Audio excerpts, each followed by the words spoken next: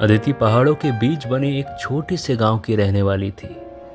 उसे शहर की चकाचौंध से दूर पहाड़ों की शांत वादियां बहुत पसंद थी। एक शाम उसे अचानक अपनी बीमार दादी से मिलने शहर जाना पड़ा। बस का टाइम शाम का था और पहाड़ों में जल्दी रात हो जाती है, इसलिए अदिति थोड़ी घबराई हुई थी। बस स्टेशन पर सन्नाटा था। कुछ देर इंतज़ार के बाद एक पुरानी जंग लगी बस आई और उसका ड्राइवर एक लंबा दुबला पतला आदमी था।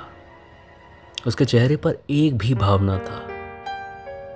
अदिति बिल्कुल बस में अकेली थी और उसने आगे वाली सीट ली और खिड़की के पास बैठ गई। बस चल पड़ी।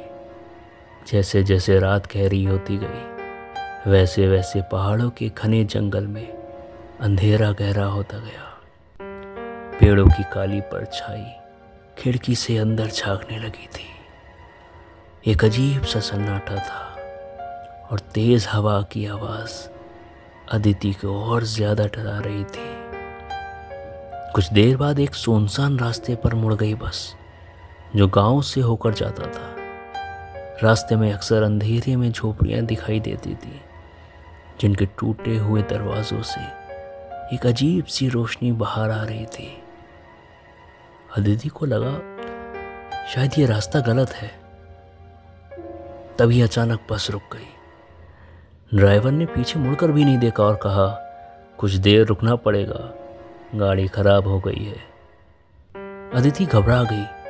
उसने पूछा, यहाँ कहाँ रुके हैं? आसपास कोई गांव भी तो नहीं है। ड्राइवर ने कुछ नहीं कहा। बस सन्नाटे में खड़ी रही। समय कटने का नाम ही नहीं ले रहा था और अदिति डर के मारे कांप रही थी। तभी उसे खिड़की के बाहर कुछ हलचल सुनाई दी। उसने झांक कर देखा तो सड़क के किनारे अजीब सी आकृतियां खड़ी थी। उनकी आंखें चमक रही थी और वे अजीब सी आवाजें निकाल रही थी। अदिति चीखने लगी पर उसकी आवाज जंगल में खो गई। अचानक बस का दरवाजा खुल गया